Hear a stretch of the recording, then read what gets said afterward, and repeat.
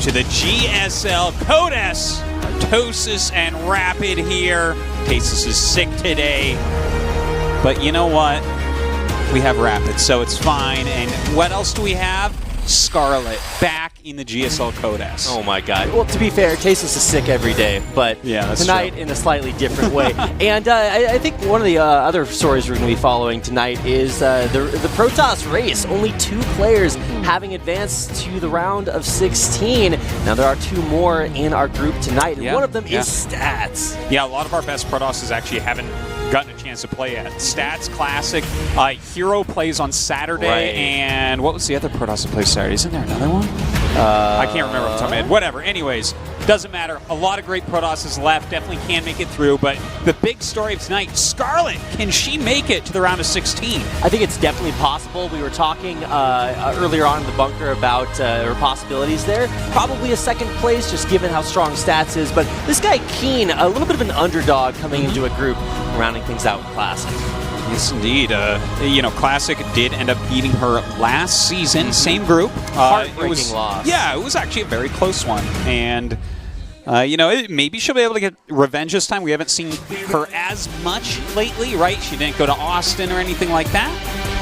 So, definitely, a little bit of missing information as far as exactly how she's going to be playing tonight. But I think that she is ready. She's going to be in good shape, and while I give Stats, a favor here over her, like an edge, I don't think it's unreasonable that Scarlett could beat him. Yeah, absolutely not. And if you look at our 4 players here, obviously we're talking about Keen, maybe a little bit of an underdog, but Scarlett has actually won 10 out of her last 10 broadcast games. Now, they're all online games, but it does include a 4-2 victory over Keen in an invitational. So yeah, she's also beaten Alive recently, so that does, I think we're having some, okay, I can't hear myself anymore, but I'm just going to keep talking. But yeah, she's been doing much better, and I think it's also has to do with a lot of practice, a lot of preparation leading up to today's match. Yeah, in fact, I was talking to her a lot before we started here today, and last time she was caught a little bit off guard. We blast white noise so you can't hear, and she found that she actually couldn't hear the game sounds at all. So she has actually been practicing without game sounds and with very loud white noise. She also brought earplugs for today. And in fact, notice like Stats right here, right? You see the earbuds going into his big headset thingy. That's what gives you game sound. Scarlett's not even going to be wearing those today, she told me. So she's like super prepped on exactly the GSL atmosphere and what it's going to be like to play there.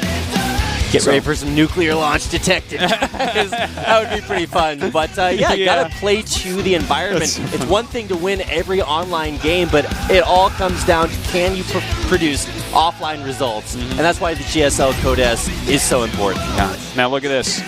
She doesn't have the sound buds, just like I was mentioning there. And actually what you said, she had mentioned before the match is that she lost a game recently. I think it was against Keen, just like a practice game, where she got nuked and didn't hear it. Yeah, she couldn't hear it. So that's like a funny thing that can happen because of playing without sound. But the mini-map will always alert you. And in fact, sometimes sounds get overlapped because you get attacked in multiple spots. That's one of the reasons why players like Marta are so good. So there's actually really good things about being able to play with no sound, to the point where in StarCraft 1, a lot of pros would practice without sound for some percentage of the time to try to be used to looking for that. She's like reverse Daredevil.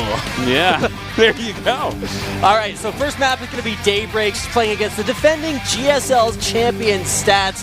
What a way to start off Group G. Let's go ahead and get in a game.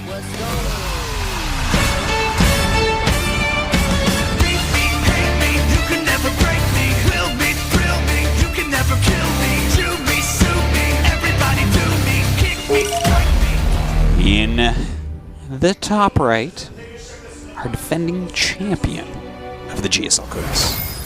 Splice. Stats. Don't get used to introducing the players, Artosis. As soon as Tasis comes back, he'll be doing it all over again. He's not coming back. He'll never be back. And the defending Foreigner Hope, the third player. Team expert. Scarlett. So, we did talk a lot on the bunker, but not that many people actually tune into the bunker for some reason. People are dumb. So yeah, you guys are missing out, man. That's fine. I think we're going to have to go over a lot of this. and what should be expected here. Now, Stats has cleaned up. Oh, some Canadian fandom here. How many people are here in the studio? Oh, it's lots of people. A decent amount of people so far. Yeah, from Canada. Yeah, Canada. My wife is from Canada. Canada is a beautiful place. But yeah, the Stats just recently has kind of cleaned up his PVT a bit. Or his PVZ, sorry. Yeah. You know, a lot of the Korean Protosses stayed a little bit too long, I think, on Archon drops. It kind of like everyone knows exactly how to play in every way against an Archon drop, and I feel like Zerg gets into a fine position against that. But in the last, like, for instance, he just played against Bjol in SSL. Yep. And did manage to take him down, and those were some really solid games. Yeah, and Bjol, I think a lot of people, rank as one of, if not the best Zerg player out there right now. He's just been looking super solid, and one of the strongest players in SSL this season. Classic able to take him out, a very strong showing. You can see there on the screen the head-to-head stats between both of these players, tied at 4-4. If you can go 4-4 in broadcasted matches versus the GSL champion, you're probably pretty good. Yeah. I mean, I think that this is going to be a good match overall. I especially like the pool of maps that they're playing on, and even the order. Looking at this map in particular, so often this turns into Sky Toss on 4 bases, because that 4th base, once you're standing there, you can't attack anywhere without going through that point. So it just kind of leads to like late game units, which means Protoss going air.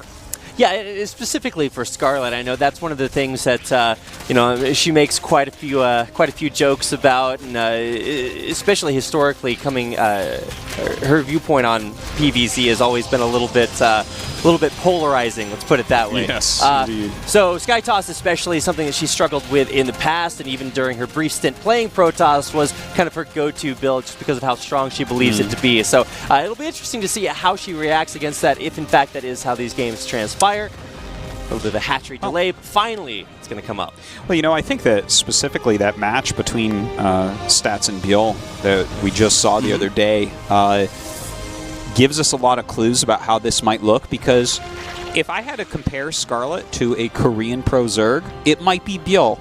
Might be Su, might be Bjol. It would be one of these guys, right? That's a very mechanical player. Really? A kind of Zergling-ish based player. A player that isn't necessarily just going to make a bunch of roaches or something like that, right? Like, so she kind of like reminds me of that style, and it definitely, this map, Stats did end up eventually going into carriers on. Yeah, so Overlord's going to come in here. It will scout the Stargate. We'll be able to see that there is a Void Ray coming out right after the Oracle. So we're not going to see Archon drops. Like you said, a lot of Protoss players kind of moving away from that. Just going to be a little bit of air to start, and maybe a lot of air in the future. Looks like that Void Ray coming out, and a Twilight and Robo both going up. This is before any 3rd base type of play.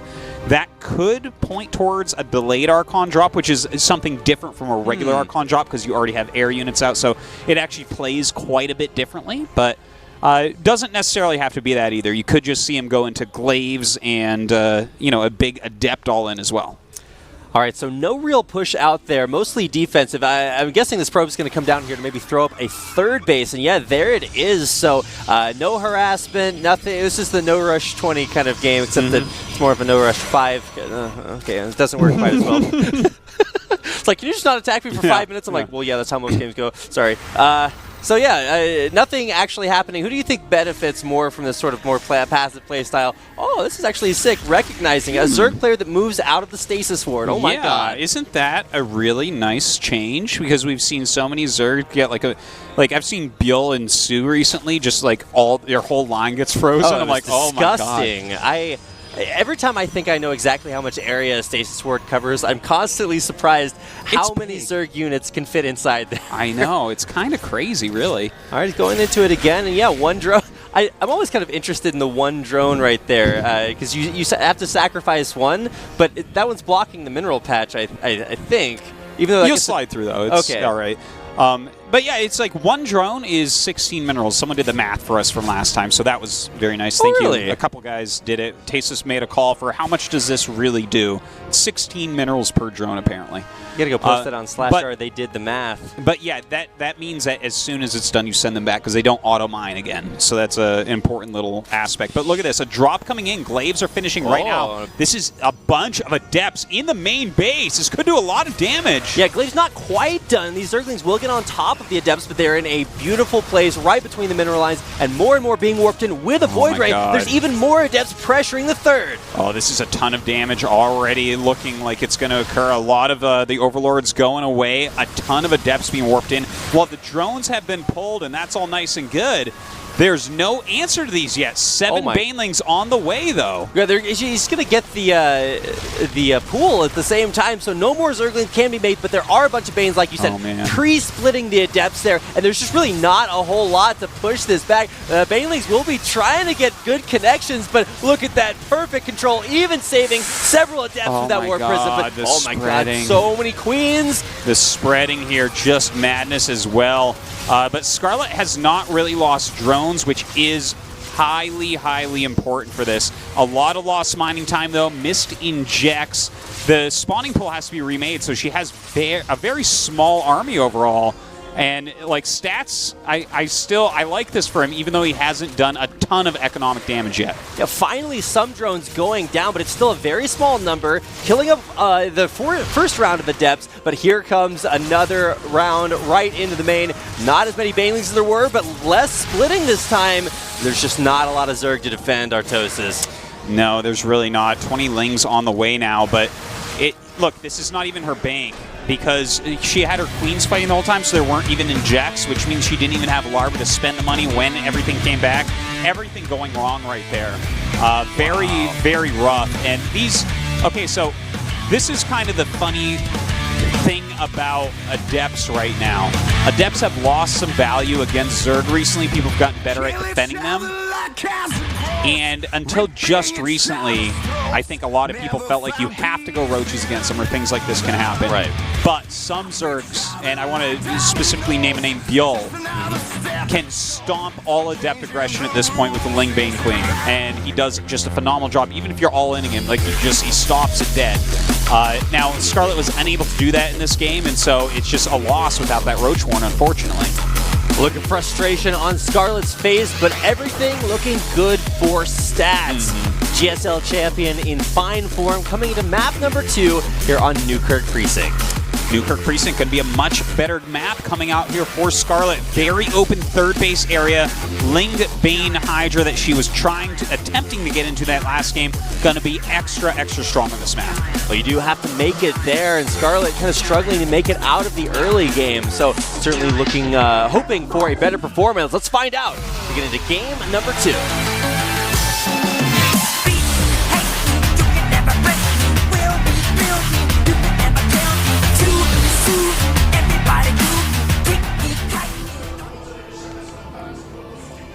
Bottom left. Splice. Stats.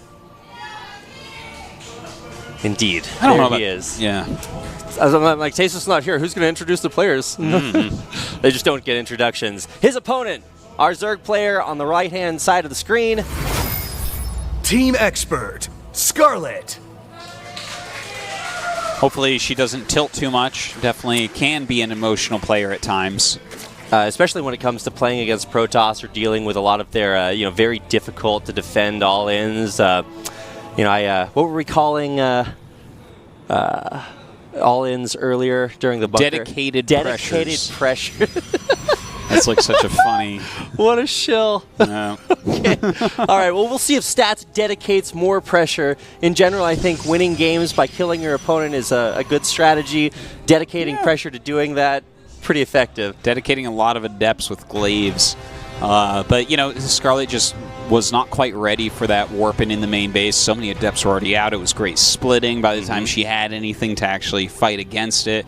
And the fact that spawning pool got picked off, man, just too bad. Really focusing that down early on. And I mean, that's kind of the dichotomy of Zerg. It's like, do I make attacking units or drones? You have to have just a perfect understanding of exactly how to balance that. And Depths kind of caught Scarlett with a lot of drones, which, to be fair, she did a good job saving, but just couldn't hold on. Well, when you don't have any more units left, even though she cleared that first amount, you're going to lose everything. So hopefully this game looks a bit different. It already is slightly, of course. Stats taking a Nexus first here, so getting a nice little economic edge as far as this matchup goes. And Scarlett just the very standard opening so far. Yeah, and Stats will even be able to put the probe in position to make that third base just as difficult as he did early on. Zealot coming out early, just going to help blocking off that front door. Probably won't get too much use out of that. No. It's when you go Nexus first, oftentimes you want to just make the Zealot, because otherwise if they send Lings right to your base, you have nothing when they get there. So just kind of a useful thing to make that. And Stargate on the way. Nothing too cray going on. So Scarlett going to scout the defending probe there at that third base and instead make it in a more forward position. I mean, that's kind of risky. It's a lot closer to the Protoss, obviously, so at risk of having a repeat of Game 1. Yeah, this is pretty standard overall just because that's where you send your probe is to block the faraway hatchery. Kind of, Zergs are just so used to it, they'll just take this pocket base basically all the time. And it makes it a little bit easier, right? If you have an Oracle, it's quicker to go between the third and main. If you have a Depths or a Prism or something like that, it's a lot easier to harass. So just forcing them into that is pretty strong play. Yeah, and indeed there is an Oracle out and on the way. Stats also denying scouting of his main by having that Stalker position to deny the Overlord. So, yeah, not a lot of information coming Scarlett's way, although I guess you will see the Oracle when it does fly across. And now that Overlord speed is done, I thought it was going to fly in there. Yeah. Well, it's Okay, starting to, but it's like, well, I'm not going to lose this Overlord. Screw that. Great scouting going on right now by Scarlett. So she's going to know absolutely everything that's occurring. Even sees that Oracle as it flies out, sees the Void Ray start. A lot of information. And, of course, Scarlett here, she's getting the Spores, but also an Evolution Chamber, which she almost always gets because she loves +1 melee, as all Zergs do nowadays. Do you want to give her a shout-out for being one of the first Zergs to do this like every game? And I know last time she played in GSL, that was really one of the new things that she was really working on is +1 melee for Zerglings to help deal with the Depths and that pressure early on. Now, a little bit of a hole there in the coverage on that Spore Crawler, so a couple of drones go down. 3. Yeah, it's actually like a funny thing about Newkirk. This is just what Protosses do. You send Oracles to this bottom right corner because that Spore, it screws up mining if you have it in the middle. As you can see, it's like just kind of in the way. So like it's generally on one side, which means you need queens on the other. So it's just like this kind of thing that all the good Protosses do. This is what happens when you have a map in the pool for this long. It's going to get soggy. All right, well, Adept's coming out. I like that. That's good. Yeah, so Adept's coming out, but there's no Warp Prism, at least this time around, so we're not going to see exactly the same game. Still Void Ray going to get a couple of kills, but not as much of a commitment here. Instead, Stats hanging back, getting that third base up. Yeah, and it makes sense that you see a slight variation here in Stats' play. Not only do you want to not be predictable, but this map, I don't think it works quite as well to just go into Glaives and a Prism, because if it doesn't work out, you will die to the counterattack of Lingbane Hydra. You will not live through it on this map because your third base is so wide open. Yeah, it's very vulnerable right out there in the middle. No amount of destructible rocks can save you there. So second Oracle coming out. Both of these probably just for a ton of stasis wards. Well, they're both going to come in here. Yeah. Look for some damage. This is something Stats loves to do on Newkirk, is just flying with the double Oracle like I was talking about before, because that Spore doesn't get full range. So you just get less hits. You can pick off a few extra drones. Nice plays there. But look at this. Very quick double Robo coming out of Stats. Will he just be going for double Robo Immortal, or will he go for Colossus timing, which some top Protosses really like on this map? Yeah, I've seen a lot more Protosses experimenting with Colossi, and I know for a while that was just the unit you never got because it was always worse than just massing up a bunch of Immortals. But now, and especially versus Zerg, we've seen a few more of those. So, I mean, that would certainly be very interesting. Obviously, the style that he went last game still very effective, but nice to see something a little different. Wow, 7 HP. Yeah. Okay, so gets out of there. That's nice. But it looks like it will be double Robo Immortal, so none of this Colossus timing stuff. Now, the reason why these Oracles are going home likely is to throw down Stasis Wards. Stats, again, as I mentioned before, just in the last week or so, he's really fixed up his PVZ, and you can see that here. Look how quickly he's getting his Templar Archives, he's throwing down some Stasis Wards, he's putting up extra cannons, because if he does not do these things, Hydraling Bane will bust him. It is really difficult right now. If you don't do damage to Zerg early on, Hydraling Bane is really hard to stop, which is why we see some Protosses going Colossus now. Stats doesn't like that as much, but this is a strong way for him to try to counter that. Yeah, and so in the meantime, while Stats is teching, Scarlett's getting that 4th base at the upper right-hand corner and getting full scouting information. So for the most part, both players have a lot to go off of here.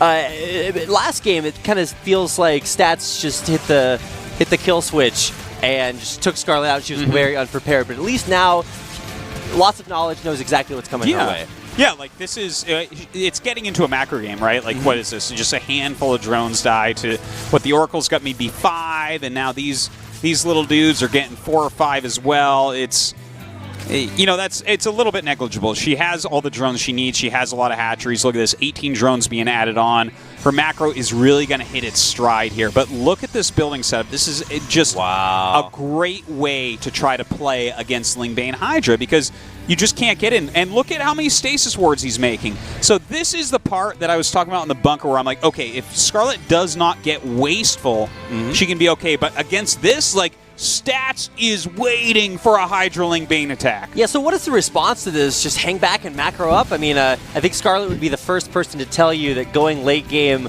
against a Protoss player, especially the level of Stats, is not a guaranteed win. Well, there's a couple of counters that you can do against this type of unit set.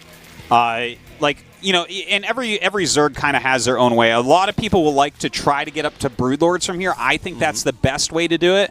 So you talk to someone like Solar, he might want to try to grab Swarm Hosts, you know, something like that. Right. But anything like that is going to counter these units reasonably well. Of course, she's going to want to not engage off of creep, be very quick on running away from Psystorms and force field walls, because if you don't bleed off too much into Protoss, it's hard for them to actually attack into Hydraling Bane. Yeah, a lot of times I just see Zerg players either with like bad rally points or, you know, a lot of control groups to manage, just losing little bits of units here or there. But right as Scarlett moves out, there's going to be a Warp Prism in the main base, so possibly a lot of damage to be done here. We'll have to see how she approaches engaging what is a very well-defended base for Stats. Oh man, look at this. Even a Stasis Ward right there. I guess it doesn't really do that much that time, but some Lings running in right now. They could trip a few more of these. The Hydra's just going to work on some of these buildings. If she can kill the 4th base and not lose everything here at the 3rd, that's a good spot. Actually, okay, there now all the Hydras are attacking, and it looks like this base will get taken down. Stats not splitting his army to defend this upper base. Well, it's a very hard thing to do right now, because if he sends too much up there and she really nails that 3rd base, that's a way that you can lose this game. So Stats is playing super defensively, super carefully. He realizes how strong this composition is right now with Zergs.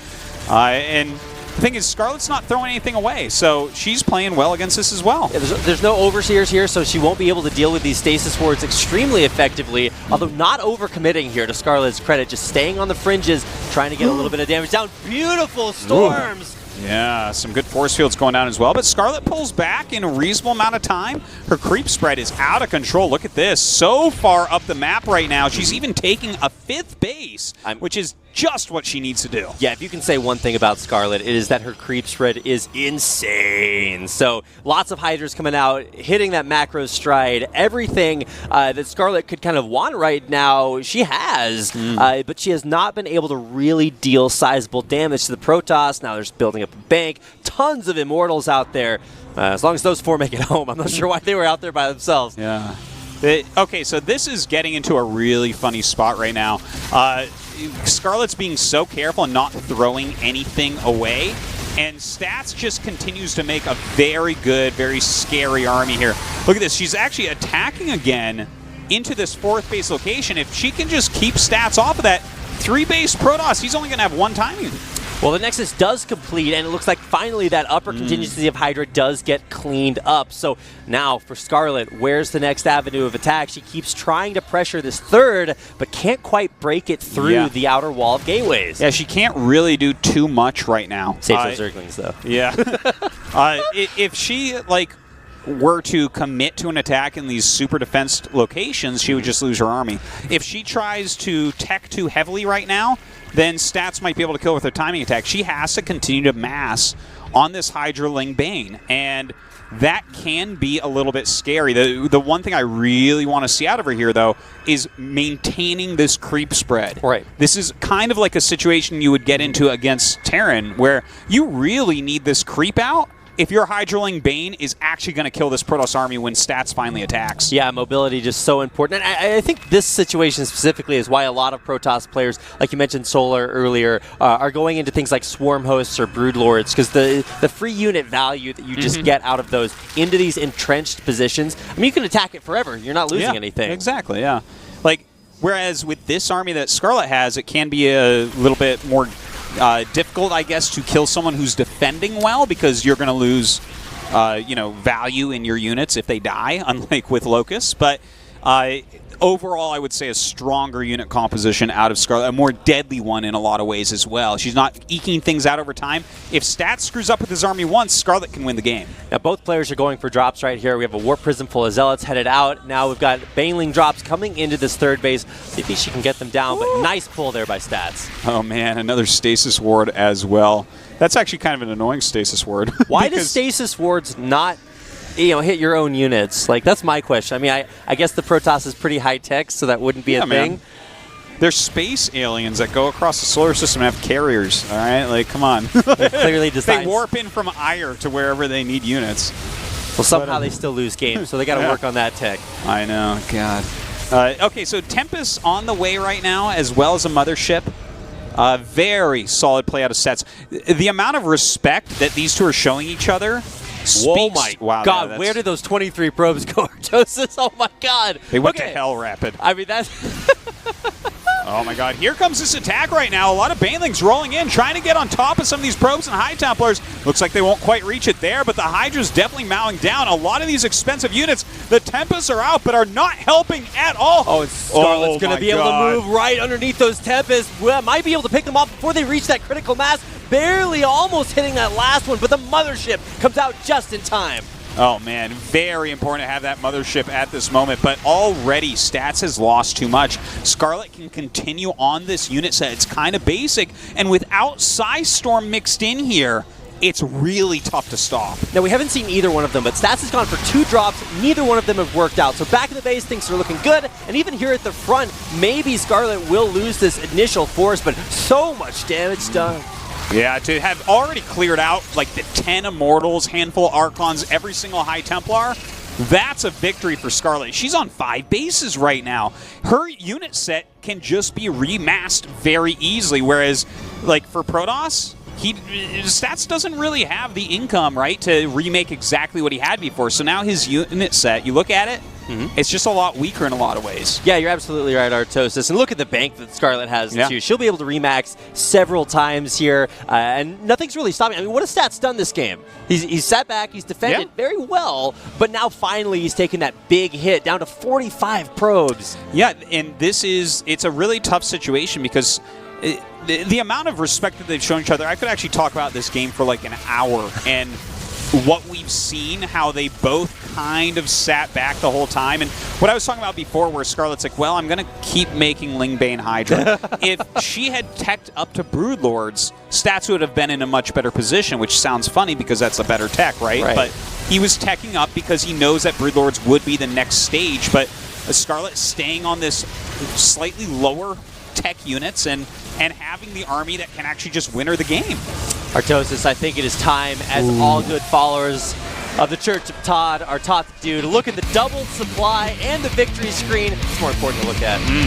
And Scarlett taking her first win of her group in GSL Code S. That's right. 1-1 right now, with Abyssal Reef being the next map. But look, guys, that game, I'm getting chills even rethinking about it because it was so expertly played by both sides. Stats had to turtle like that, okay? did you see how many spines and spores and queens that Scarlett had on defense? It was wild because she knew that that is the one thing that Stats can do while defending with all those gas-heavy units. And then the fact that she stays on this tech for extra time so that Stats doesn't have an opening to walk on creep and kill her forces Stats to play towards the later game, going into Tempest, and eventually Scarlett just found an in and killed him. Like, this was a beautifully played game between two masters that truly understand what they're doing. Or grandmasters, as the case may be. Yeah. Here we go. Last map of this series, tied up 1-1. Abyssal Reef is where Scarlett could take out the defending GSL Code S champion. Oh my God, Artosis. It's wild, but she definitely could do it. She showed the quality of her play that time. Will Stats go for something a bit more aggressive here? I think he will. I mean, it worked in game number 1. Let's find out as we get into game number 3.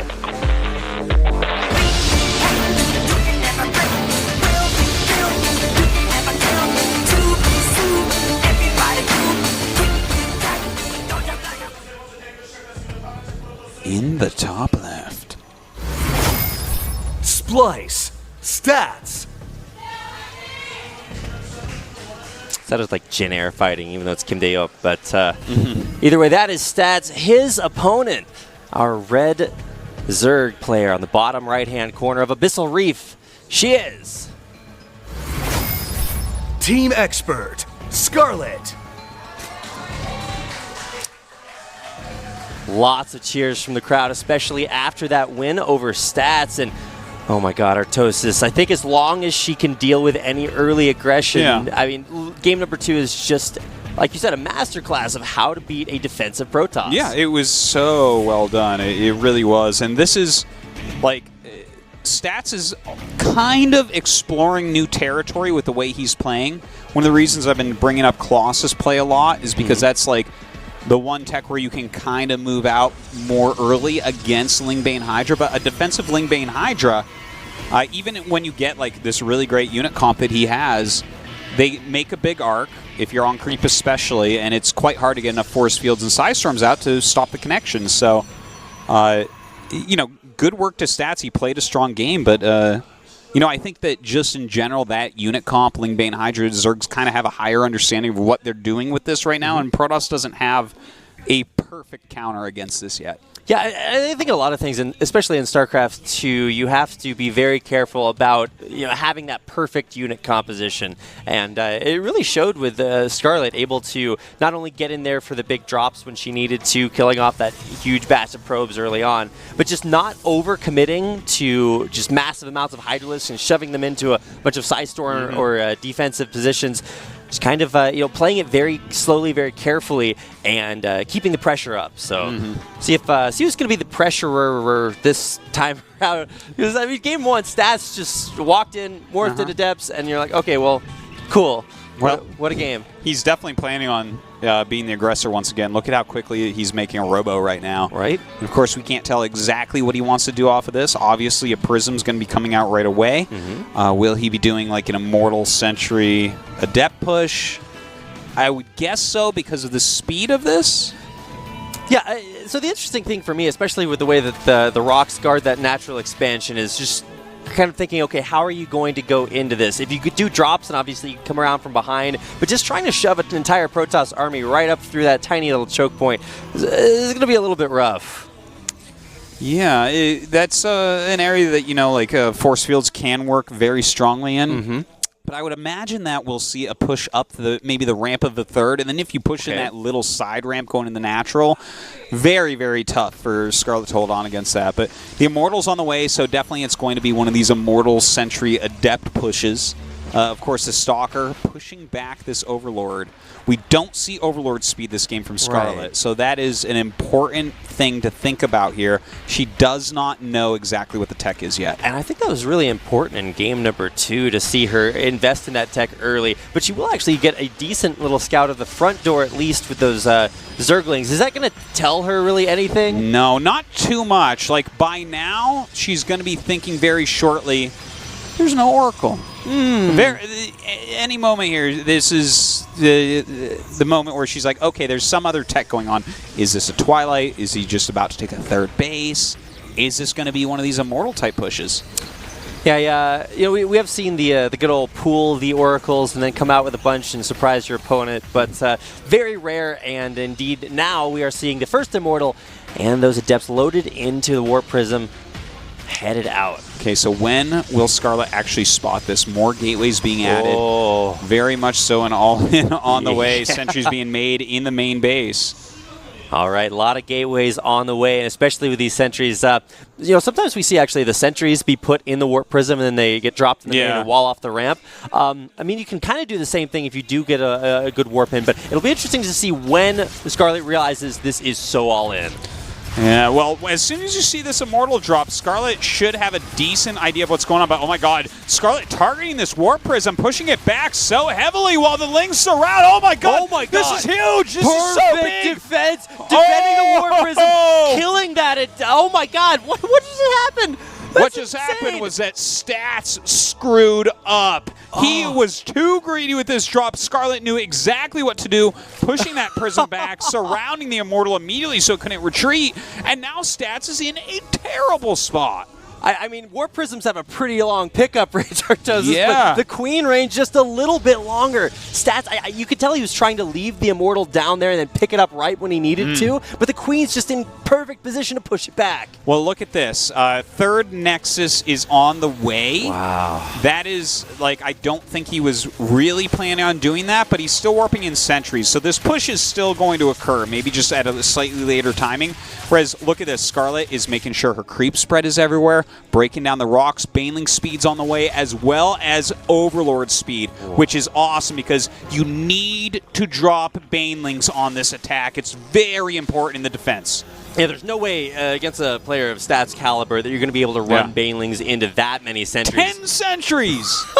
It's wild. Okay, Overlord speed is just about to finish. Here we go. Loading up those Banelings, exactly as you said, Artosis, more than well prepared for a push that just isn't going to be as strong as it would have been had that drop been more harassed. Now here come the force fields down, but the Baneling's going to get dropped right on the sentries. Yeah, the Baneling's getting on top of everything right now. Some of these sentries being picked off, more and more Adepts being warped in. 4 Queens remain, more force fields going down, and some of the drones falling as well, but here comes another delivery of Banelings. Oh, gonna get dropped right in there into the back line. Protoss losing more and more. Force fields, good and effective, but they're gonna run out eventually. Yeah, but Baneling speed is done. A lot of Lings and Banes on the way. The sentries are being reduced in both energy and numbers, so the Banelings starting to get in on top of this. Big connects on the back line, and more Zerglings continuing to funnel out. It looks like the sentry energy is all but exhausted, and the Banelings will roll over Stats Army. Oh my god, just a little bit more here, and Scarlett should be good to go. She's lost quite a few drones. We have to take that into consideration,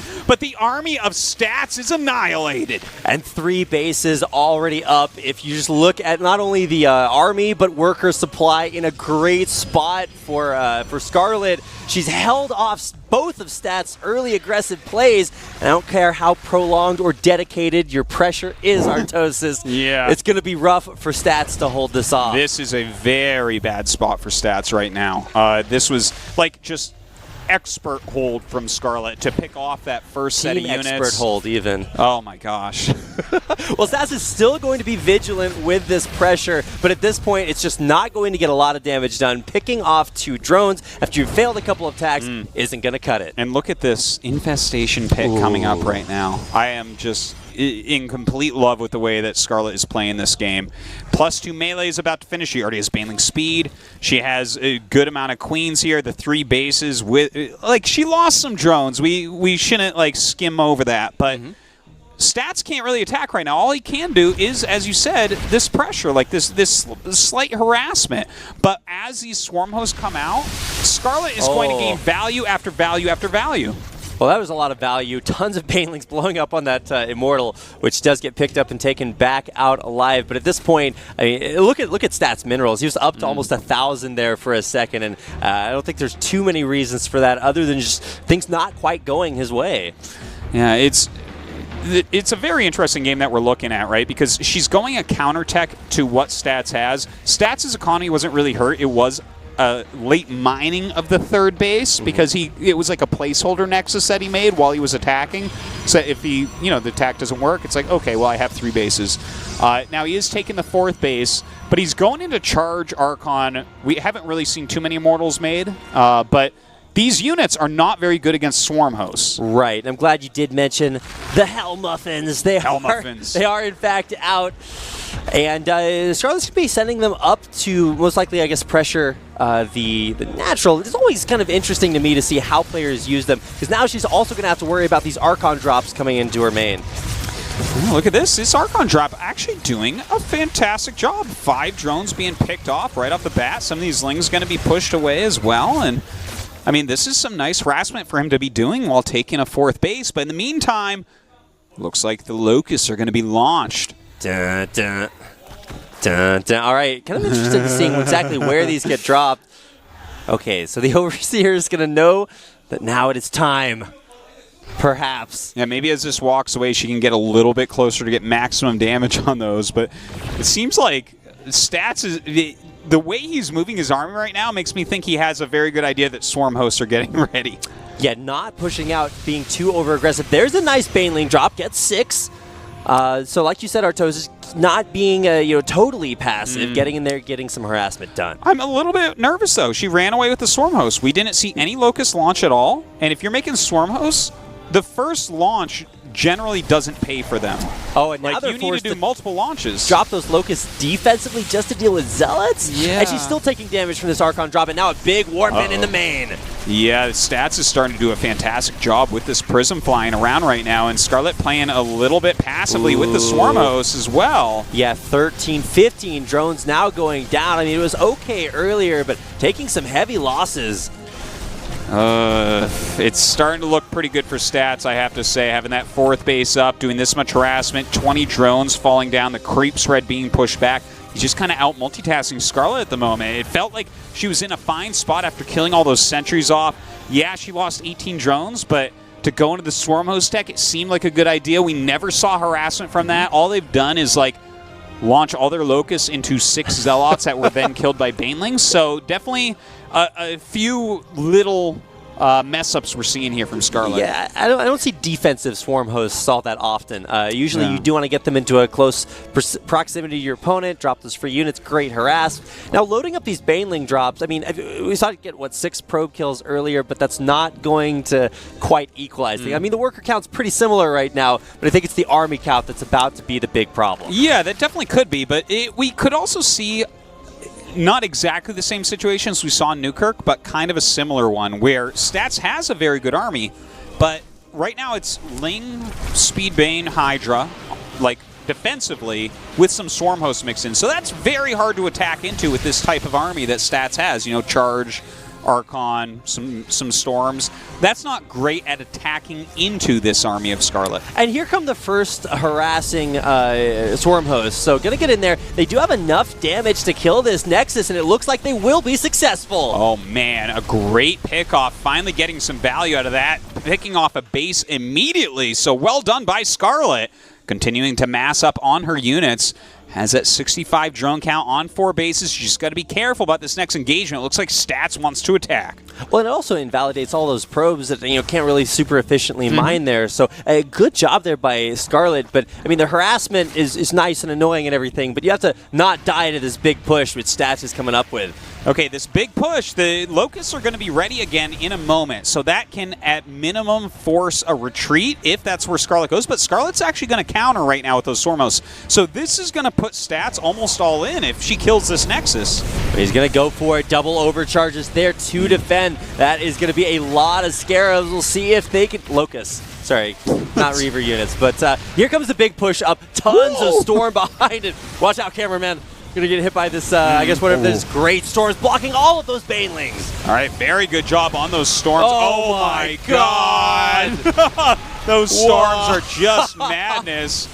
Scarlett losing a huge chunk of her army, but the army of Stats gets small enough in size that he has to back up. You can't defend all those High Templars with like 5 units. Well, Scarlett's going to kill this Nexus again if Stats doesn't pull back and deal with these Swarm Hosts. So I mean, that harassment is going to be effective eventually, enough to pull him back. Very few storms as well, and here come the Locusts. Oh man, going to be able to take out quite a few of all of these workers right now. So the Swarm hosts are still gaining a lot of value, and it's kind of funny because you see like a massive army lead right now for stats, but like Scarlett has the right stuff and she's defending well on creep, so you have to be careful still. Stats being very hesitant to move forward. Storms now recharging, but they're being used early. Oh my god, just so good at the timing, the placement. Stats, so good. And look at this, killing off so many drones here once again. Scarlett has had a hard time keeping her economy together this game. Oh, now the Swarm host forced to drop those Locusts defensively. Looks like not microing those effectively. Stats will lose the Archons, but can Scarlett hold on? Oh, the Hydras do pretty well against us, but as the Side Storm comes out, it gets a little bit hard. I think Stats still has to pull back and regroup his army, though. Scarlett down to 25 workers, Artosis. That's a huge hit to take. I mean, free units are nice and everything, but once... you don't want to commit the Locusts to dealing with the Zealot, but it's going to chase these Swarm hosts back. You know, if she had maybe like 15 more Swarm hosts, then maybe free units would be enough, but you're definitely right that this economy is so hurt. Running them forward into the entirety of Stats' army. Scarlett GG Stats takes a 2-1 victory. You know, I think that this game, like Scarlett's defense of that very aggressive push with all the sentries was pretty good. Yeah, she lost a decent chunk of drones right there, but I love her follow-up tech. I feel like if she had been a bit more decisive right when the Swarm host first came out, she could have hit at least 2 or 3 more sets of Locusts flying in towards Nexuses and doing harassment damage, and maybe that would have been enough. But Stats able to pull through at the end of the day, and we should expect nothing less from the defending GSL champion. Well, going 1-1 against Stats and narrowly losing that last game, Scarlett can absolutely make it out of this group. So while Stats will advance to the winner's map, our next 2 players will be Keen taking on Classic in just a minute.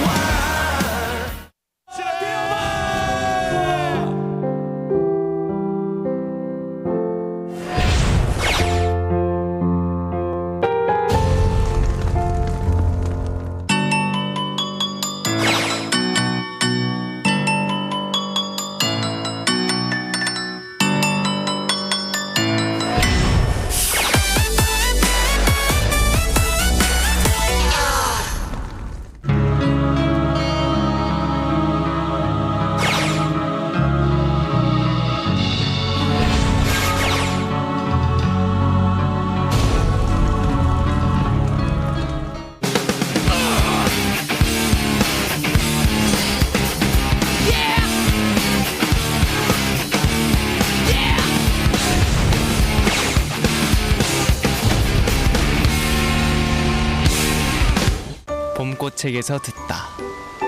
있는 그대로 맑고 깨끗하게 피어나라고 겨울을 이겨낸 봄꽃이 내게 말했다.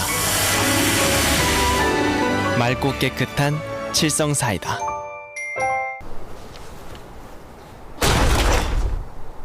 뭐야 이게? 설마 탄?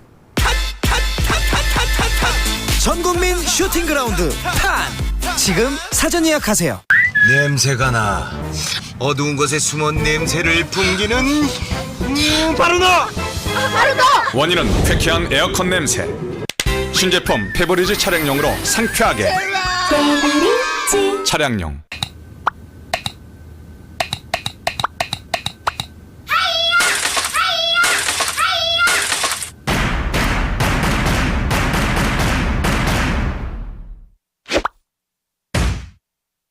영상 왔다! 잘못 냈다가는 어떤 취급받으냐면 김종국 취급받습니다. 황간창법. 생각의 전환이 조금 필요합니다. 고음부터 빡 주세요. 뭐야? 진짜 본인 목소리예요? 아니 톤이 너무 신기해가지고 나는 뭐야? 노렸어요? 월드 오브 탱크 블리츠! 맞춰주면 터지죠. 나이스. 야, 내가 제일 잘하는 것 같은데 일반 요즘들 중에 맞지? 소련이 좋다고? 이거 멋있더라. 사막. 이거 자 운전 잘해줘야죠. 뒷부다 나와. 죄송합니다. 터집니다. 똥탱크 새끼들 앞만 보고 있지. 당원의 장사. 탱크가 너무 약해. 튕겼습니다. 튕겨 나오네. 왜 이렇게 센데 이 탱크? 월드 오브 탱크 블리츠 많이 사랑해 주시고요.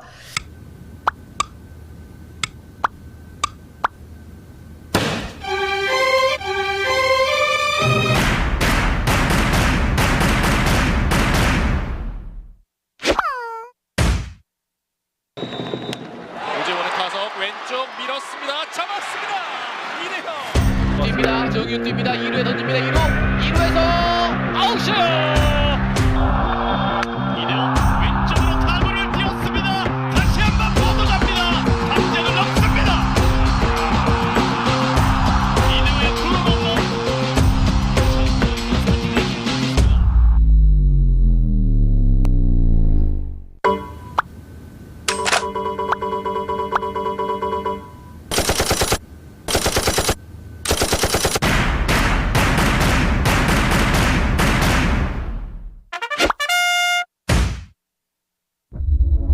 When it's silver.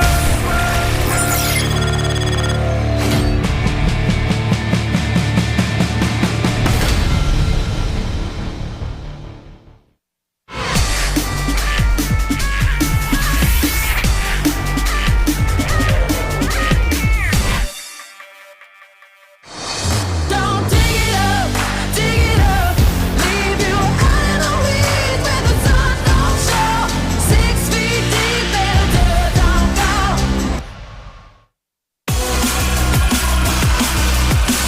Welcome back, everybody. A fantastic match we just saw with Scarlett falling 1-2 to the defending GSL champion.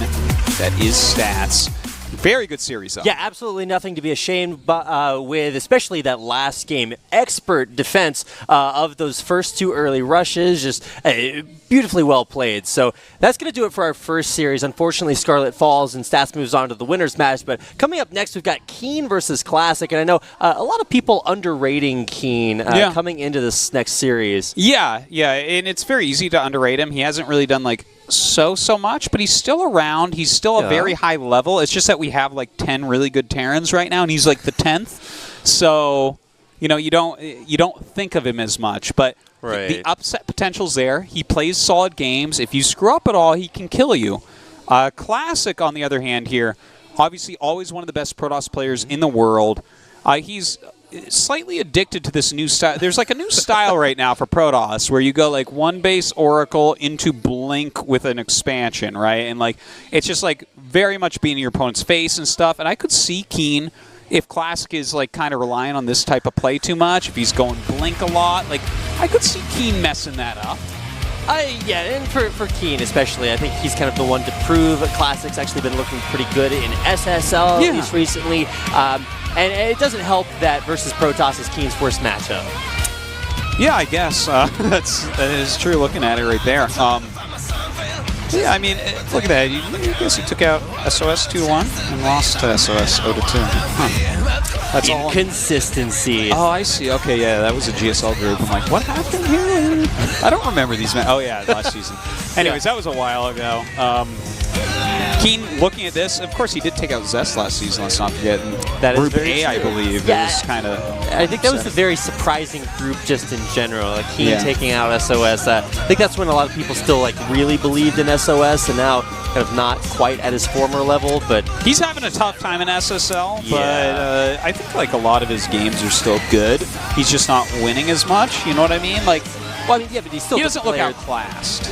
Right. And now, Classic, okay, every time I see Classic, this guy has a new hairstyle. And on the SSL Variety Show, they were kind of memeing about how every time he changes his hair, it's because he hasn't found one that'll help him win yet. Now, a couple weeks ago, he did find one that was kind of parted down the middle, but that's not the style he's going for. Oh my god, what does it mean? Absolutely nothing, Artosis, because it's hair. And I really want to see his play very, very solid. But once again, this time it's versus Terran. It's Classic's worst matchup. Well, Classic is one, like, back in the dark days where every Protoss was losing, he definitely was one of the Protosses that started showing with stats how to beat Terran, so he has it in him.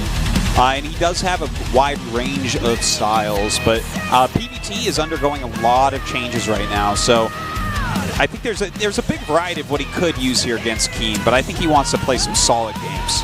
Well, that's going under changes. We're going to go under Abyssal Reef for game number 1, Keen versus Classic.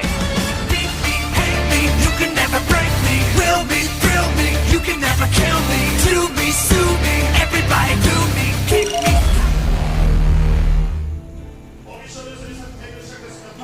And away we go. Onto Abyssal Reef in the blue as the Terran player he is. Keen.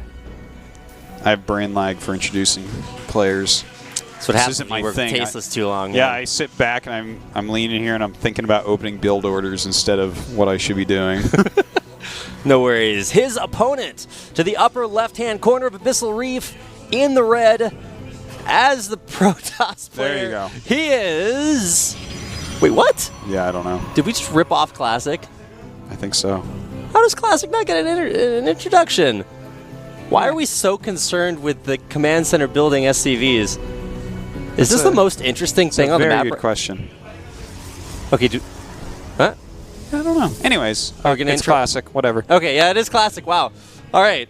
So you never know with the GSL. we like to mix it up.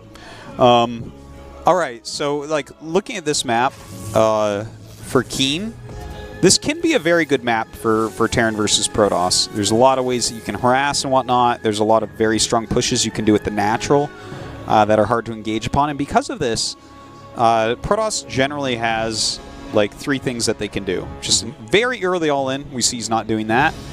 An Adept all in or Adept Phoenix. Those are like basically the builds that are really valid on this map. So what I want to see out of Keen here is very safe play.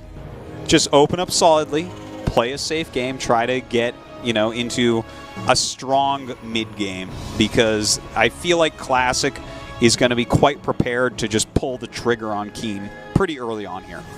Yeah, looking at the head-to-head win rate there, Classic massively up in the head-to-head versus Keen. So I think that's kind of what we all expected, but it's nice to see that at least in numbers. And even though a lot of these games have been online as opposed to offline, Classic's been doing well offline as well. Maybe not in that head-to-head, but certainly in his versus Terran. So Keen getting out there, getting the scouting information, kind of knows exactly what to expect, and looks like we'll be seeing, I guess that's Reactored Hellions?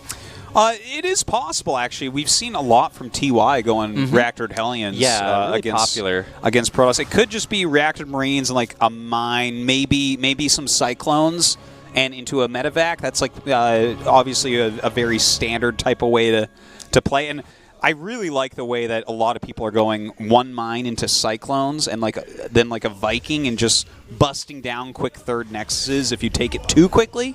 Wouldn't mind to see something like that out of Keen just in case that Classic gets greedy. Yeah, so no super quick third nexus. I mean, that would be a little bit ridiculous, but it does look like it's exactly what you mentioned, Artosis, getting that 1 mine out early.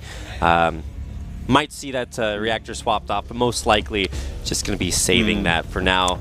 Yeah, I guess the Hellions are still kind of a stylistic thing. If you look at, TY has been doing a lot lately. And I haven't seen a lot of success from it, but I guess it's just a stylistic difference. Yeah, he likes to mix things up a bit with those. In fact, even last year in GSL Season 1, he was using that, against Zest and stuff. He just busted it out of nowhere in the finals and was able to hurt him. Oh, we saw that Reaper stop there for a second. A lot of times you see Reapers used to bait Widow Mine. This is my favorite part of the game, is to find out where the Widow Mine will be placed. I know, right? So right now it's right in the middle of the map, so saying, okay, well, probably the Oracle coming straight across. I think Classic might keep this one at home for a little bit. Yeah, he almost invented the defensive Oracle.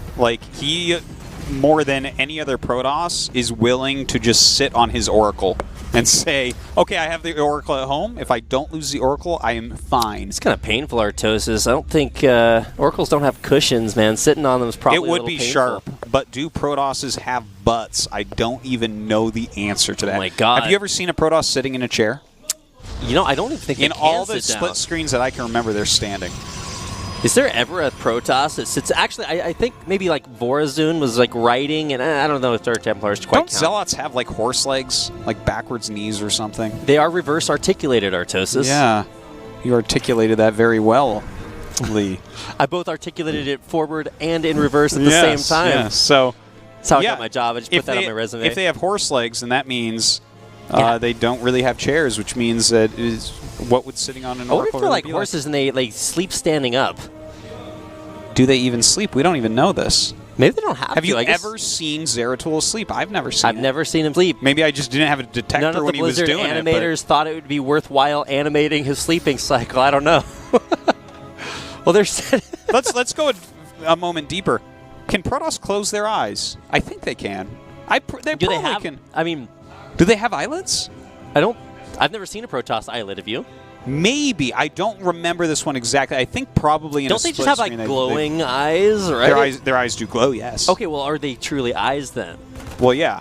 Yeah, they're definitely eyes. Yeah, we can Maybe definitely they're like say that. butterflies and they have the big eyes on the wings, but those aren't their real eyes. They could be vestigial. Oh my god, that would be crazy. Kind of like sending one Viking into 3 Phoenixes. By the way, this right now is just Adept Phoenix. He took a very fast third Nexus, and Keen is starting to move out. He's got a very strong, big army, but this is, like, what we need to see out of Keen is, like, trying to bait into these Widow Mines. Like, you don't want to actually engage with this, most likely, because we're going to have Glaives, we're going to have +1. There's going to be a hell of a lot of Adepts warping out very shortly here as well. This is the new M&M. Oh. Mine Marine. Is that... I'm guessing that's really not funny. quite in range, but oh my god. Oh my god. No. That would have been crazy. Like, well, I don't even know. It's like, no, the Oracle's going to fly here. That's where I put the mine. But yeah, lots of Widow Mines out here. 3 just on the ramp. Nice force fields will cut off so much of Keen's army. He'll save a couple with that hot pickup. Yeah, and he's taken a third base behind 5 probes with that. Oh, wow, that's really good. Okay, yeah, I guess he moved it a step forward there. A couple more medevacs are coming out. I do like that little mine harass over there, but if Keen, like, truly commits, you got to be careful with these small armies. This is where Adept Phoenix really kind of has all of its power, to be honest. Oh, wow. It does get that nice pickoff on the sentry from behind. Another double dropship force over to the side, but one of those Widow Mines will be taken out. Now running finally all the way up there at tiny choke point and getting Marines into the natural. Ooh, he's actually doing some pretty solid damage, but we haven't seen, like, okay, this is why There we go. Classic is not crushing everything. He has his own Prism in Keen's main right now, already shading with those Adepts. Okay, we'll lose quite a few of them, but there should be enough here to defend. Not great control. Does get a couple picked off there by the Liberators, but both players defending at home. Losses on both sides. Okay, a couple medevacs trying to go towards this main base. Keen trying to play it fast and loose right now against Adept Phoenix, but really the defense of Classic has not been superb, to be honest. Where are these Phoenixes? Where is the Oracle? Yeah, no probe kills, or no probe pulls even, just letting them get taken out. He's running the back right as now they even are still there. Looks like the Oracle will get taken out there. Can the Marines focus down the Phoenix? Looks like they're trying to. One will go down there, but the hot pickup and the boost out.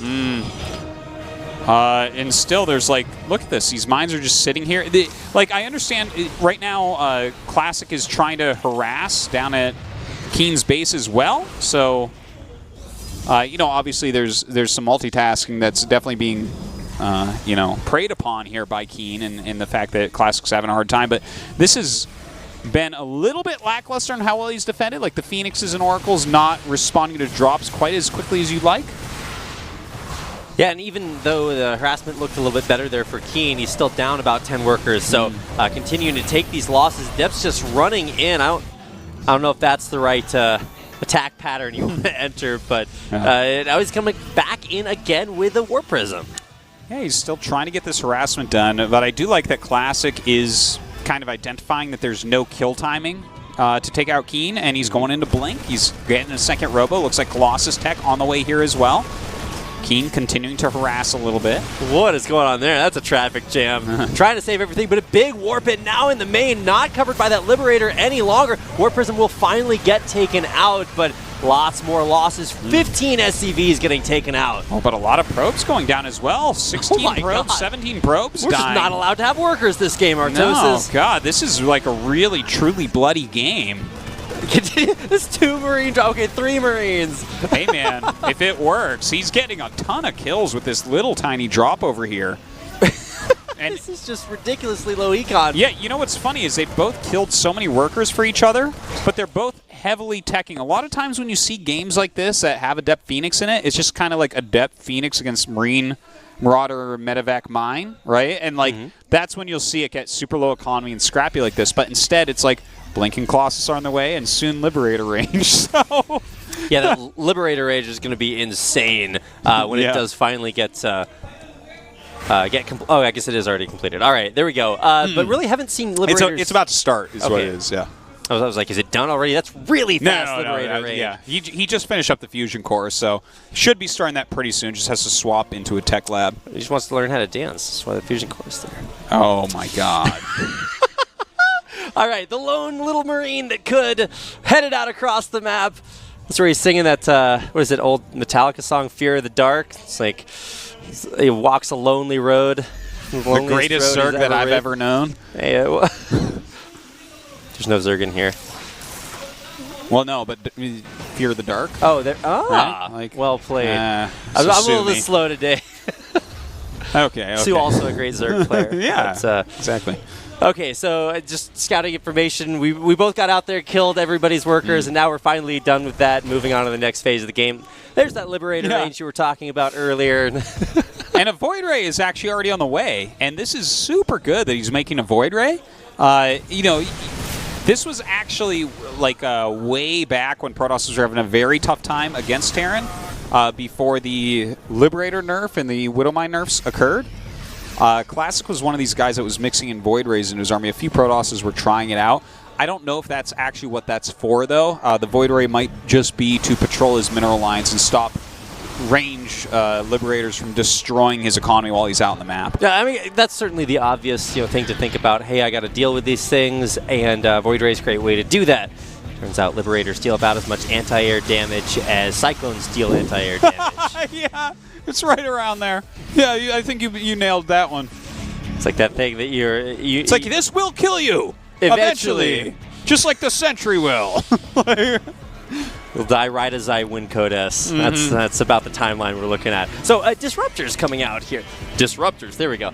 Coming out here to be added to Disruptors are coming out here. every once in a while, man. The throat just takes a vacation.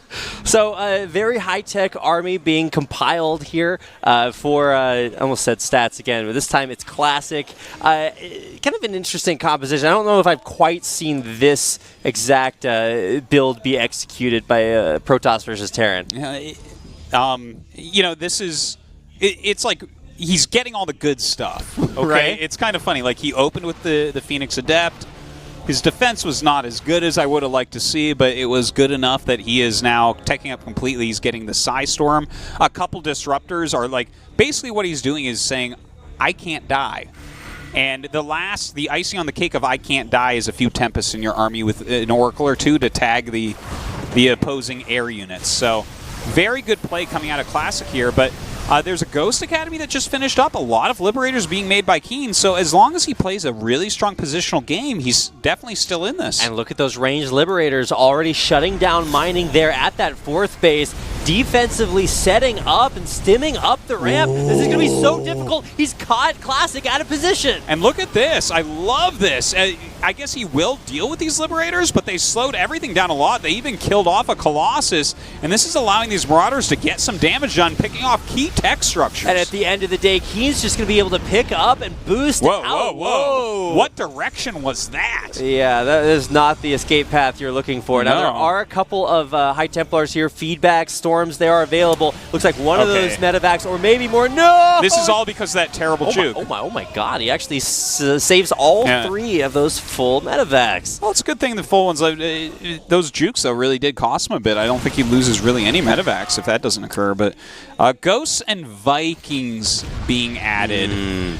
Okay, so the Viking aspect of this is, I think, the most difficult thing to really talk about because, like, Vikings are somewhat countered here. If you tag them and then you have, you know, your Tempest, you can kind of fight against them. But, of course, if there's Tempest and Colossus, then you're like, well, I guess I need some anti-that tech.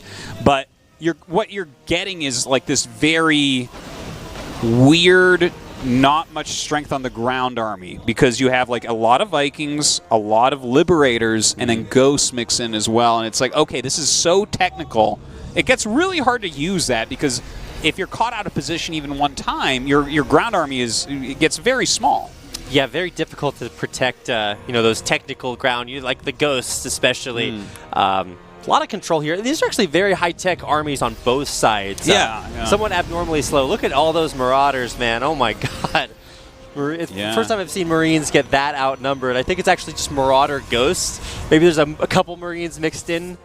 But here come the Vikings coming around. What are those for? Is it just to clear the pathway for more Liberators? It's a good question. You might be right about that. Like, I'm not exactly sure why those Vikings are up there, to be honest. Like, maybe they're looking for something, or maybe they wanted to make sure nothing was there so a drop could occur, but then he saw units, so he dropped on top of the units. Those are the Captain Ahab Vikings. They're trying to hunt down that shark in the distance, but they don't know they can't shoot him yet. By the way, this is... I talk about this concept of, like, supreme late game where you get absolutely exactly everything you want. And this is one of the versions of that, kind of, for this matchup. Like, battle cruisers are another thing that we can't really talk about because it takes a completely different game to get there. But, like, they both have so much good stuff right now.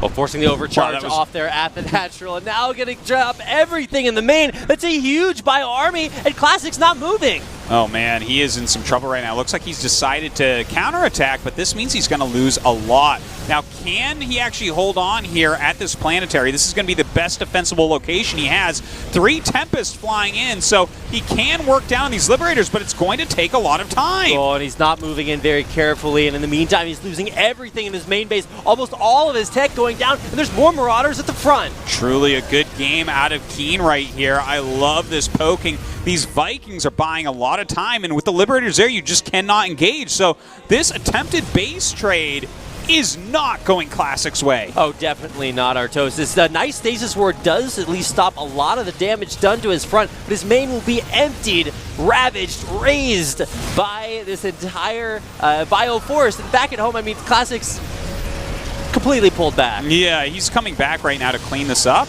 but he has taken massive damage and dealt none.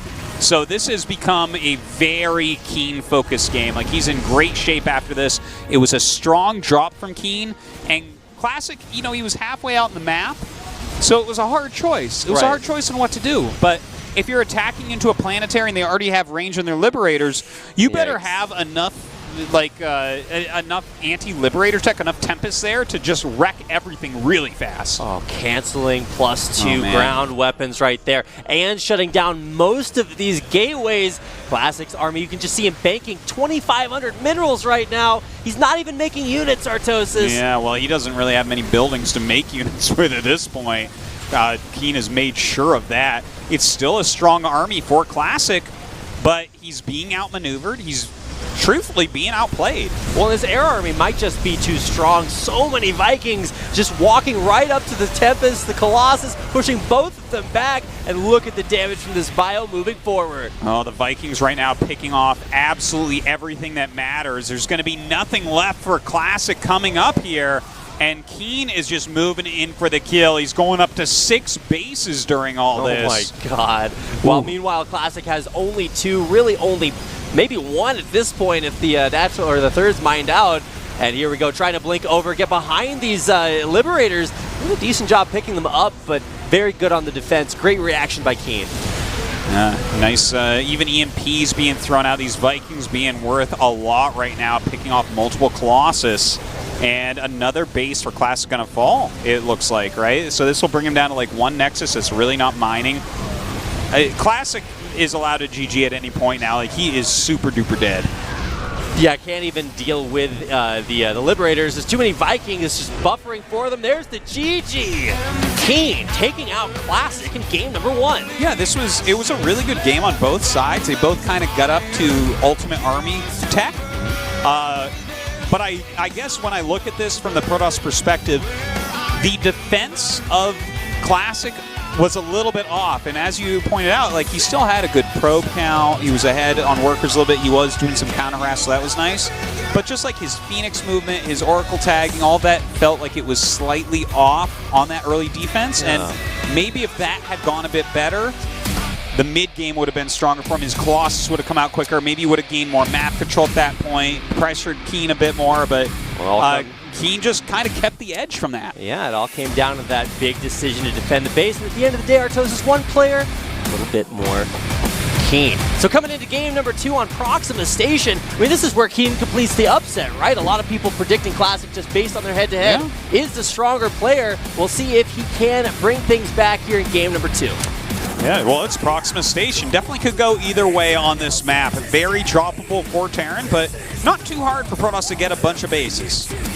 Yeah, so we might actually get a chance to see another example of that hyper late game fantasy situation. So I don't know. I mean, Classic's got a little bit of a do-over if he does get back to that late game. Can he bring it back? Let's go ahead and find out as we load into our second map of the series, Keen versus Classic.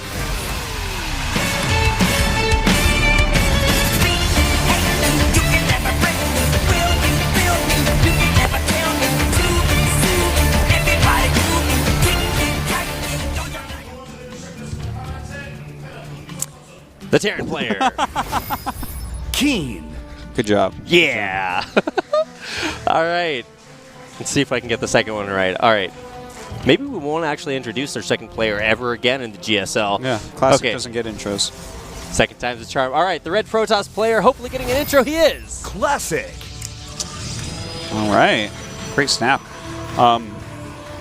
So yeah, that was a solid game out of Keen. Yeah. Definitely can show those upsets, and I think he played well overall. I don't like particularly the type of style and strategy he was doing against Step Phoenix, but you know, sometimes it works out.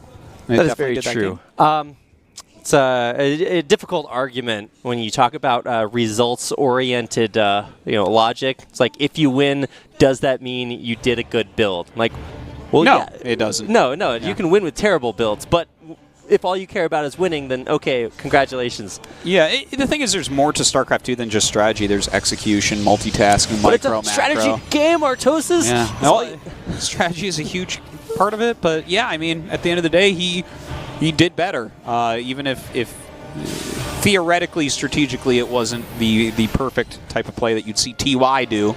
Right. But, I actually really wish that there would be some tournaments where it's like audience participation where you play with no name tags on, and you have to guess which players are playing. Because you know that, like, the Four Horsemen, like the big Terran players out there, each one of those plays like such a distinct style. Yeah, very true. You can just automatically pick up exactly who's going to be playing. But I think for a lot of our other Terran players, especially guys like Keen, it's just a little bit odd to see some of their patterns unfold, because it definitely is not as locked in as our top 4 players. Yeah. I would agree with you on this. Like, if you look at like a Keen or a Bunny, it's a lot harder to tell who they are. I feel like if you give me the Four Horsemen, Alive, Gumiho, and who's that other Terran? Ryung, that's really good. Right. Those guys, I feel like I can pretty much just always, they have such distinct styles from each other, right? And sometimes there's overlap, of course. Like, sometimes Mara and Beyond will look similar, or Maru and Alive, or something like that. Well, I mean, at that point, when you're that high up, you really just have those other players to learn from. So even though you have a style, you're like, well, this guy just wins all of his games with this strategy. I can't use that strategy. It's too strong, and I have to play to my style. No, you're just going to use that strat. So, so let's find out what's coming up here for our 2 players. Just going to go 1-1-1. Pretty much the same build here for Keen. Yeah, this is kind of like the standard for the matchup. It's very safe. It gives you potential to do damage to your opponent. Classic playing differently though here. Looks like it's going to be a very fast Dark Templar drop, and this has made a slight return lately. There's definitely been many periods throughout StarCraft 2 where Dark Templar drops have gained popularity against Terran, and It's kind of funny to see them being revived right now slightly. Yeah, especially because I've been casting a whole lot more Brood War lately. It's kind of interesting to see that that kind of style, because it comes out way faster in the older versions, but here in StarCraft 2, it's kind of been phased out, just now making a resurgence, like you're saying. So always kind of interesting, because I mean, DTs are that unit that you can just win the game with. If your opponent can't detect them, it's like, oh, I don't have any scans, guess you kill all my workers. Yeah, like for instance, if you have 2-3 DTs in their base and they had just dropped their mules and they don't have a turret, you win. That's it. It's over. But, you know, the fact that they always have a scanner if they haven't dropped a mule, you know, that makes it so dangerous to do as well, because if they do nothing, then you are behind, and it's going to be hard because your splash damage is nowhere near. You don't have splash damage tech. Right. You have like a smaller army because you've spent so much money on this, so it just Keen's gets actually complicated. supply blocked there for a second. Any second now. There we go. All right. Finally able to build units, but I mean, little hiccups like that can make a big difference. First Dark Templar is getting warped in, and oh my God, this is I was actually not even looking. This is a Drilling Claws rush. That's a crazy move, and we'll talk more about that in a minute. Unfortunately, Widow Mines aren't like Spider Mines and don't detect DTs automatically, but the Viking will scout this being dropped off there, and already Keen kind of have to go into maximum defense mode. Yeah, it looks like he might have one scan right now, so this could do a lot of damage. Actually starting to work on some Marines there with that Dark Templar, probably just on an auto attack. Needs to focus down the SCVs building those turrets. It looks like one scan will finally be used there just to you know, kill off that one DT. Kills off the turret too, though. So see how much damage he can get done. Not a whole lot of actual unit kills there. 6 SCVs is a decent number. Yeah, 6 kills so far. He's caused a bunch of lost mining time. He's getting a depot right here. He just got another depot. Like, he's getting some things done. A Raven's on the way to completely deal with this, but so far, I would not be completely sad with this if I were Classic.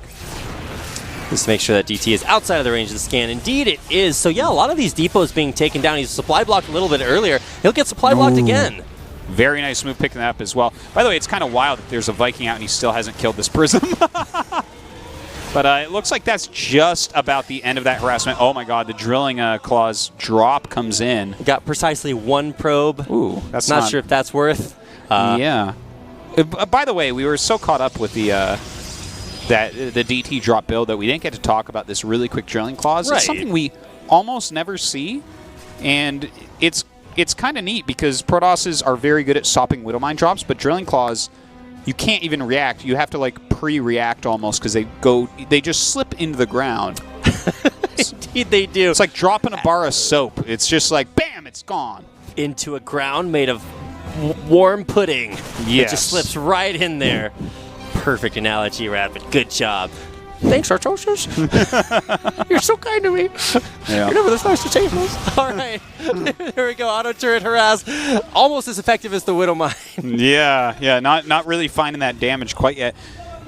You know, as long as he keeps making Widow Mines this game, it's still kind of cool, right? But I mean, Drilling Claws is kind of like that Dark Templar Blink upgrade. You never really see it. I mean, I guess it's a little bit more popular than that, but it's still just kind of interesting. I love how... it's like an upgrade that you get if you're, like, going mech. Yeah. Or, like, battle cruisers or something like that. It's pretty rare other than that. Like, the thing is, it can be good. Like, against Zerg, if you get it, that can be pretty nice. Yeah, and just because it didn't work out here does not mean it's, you know, a bad builder by any means. There's a lot going on this game, so you know, it's hard to focus on your Widow Mine drop if you've got 8 DTs in your base. Yeah, that is quite true. Wasn't able to... He was thrown off by that DT drop, no doubt about that. Classic now with this third base, he's blocked all harassment really from Keen.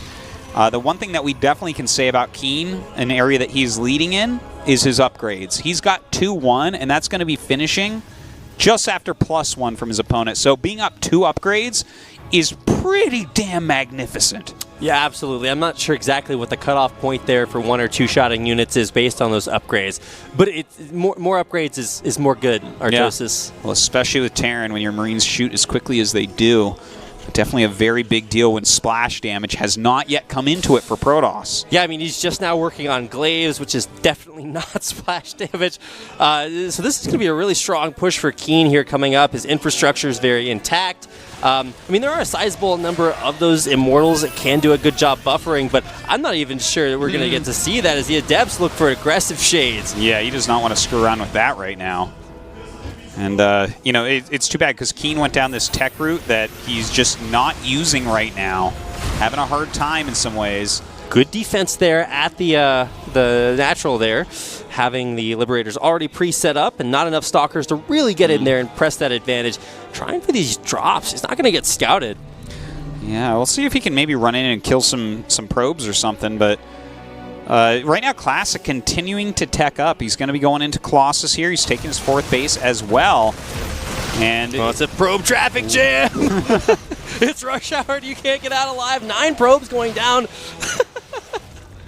That's a nice little run by, actually. Getting those Marines in the back, buying himself a lot of time. This was an okay draw. At least keeping him off his back for a little bit, because definitely, you know, having to run away from his own 3rd base while your opponent's taking his 4th is not a good place to be in as Keen here. But I feel like for Keen to win this game, it's going to have to go pretty long from here. There's these Nigerian runners that are fabled to run like 1,000,000 miles. Tara Mahara, I think it's called. They run like 200 miles without stopping Mexico. at a time. Mexico. Yeah, not Nigeria. Did not know that, but there we go. Mexico. I think there's also African versions of them. But either way, that's what the Muslim Marines reminded me of. There's all right, your mission is, should you choose to accept it, is to run as fast as you can all the way through the Protoss space. And then the one like insubordinate Marines are like, but sure, I'm not sure that's a really good idea. It's like that they get stimmed and forced to run in. They're not controlling their bodies. Big shade in there underneath all these liberation zones. Oh my God. That's a lot of value from those Liberators, but there might just be too much Protoss. Yeah, blink forward there, but as these Marauders come down, he's going to be able to pick off all the Stalkers at least, but those Immortals really starting to clean up right now. Auto turrets coming down, more units being rallied in as well. Immortals are good units, Artos, as they do remain alive, as their names would suggest, on the ground, but very even trade on both sides. Yeah, unfortunately, there's just so many probes on the other side of the map right now. He's going into his Colossus tech. He kept his Immortals alive, which are really, really valuable. And it's just like Keen got reset. All of his tech units are gone. Yeah, and I mean, he's just about to finish +1 armor right now. Didn't have it for that fight. Definitely could have made a very big difference. And so, yeah, like you said, not a lot of tech coming out here for Keen, whereas 2 Colossus at a time coming out for Classic. And that's just a good place to be in. He's got a lot of map control. How does Keen come back and win this game? It's a tough one to answer right now, right? Because his army supply is so low, but right now Classic is at least spread out very well. Oh, this is episode 2, Revenge of the DT. I guess that's actually 5, but either way, who's counting? Yeah, getting in there, unfettered access to this mineral line, 6 kills, and even more on the way. Yeah, he's kind of going to town right now with that DT. It gets cleaned up finally, but definitely worth a lot right there. Double Prism coming up. Keen continuing to try to upgrade, but this is like...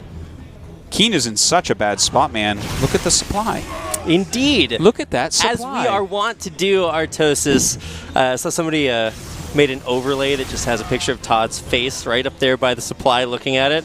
Like, yes, this is what we are born to do.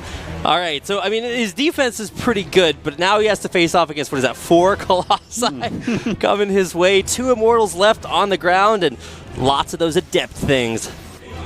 Yeah, those Adept things are pretty good, I've heard. I enjoy building my fair share of Adept things. Yeah. I myself am Adept things at some things. You're quite Adept things at some things.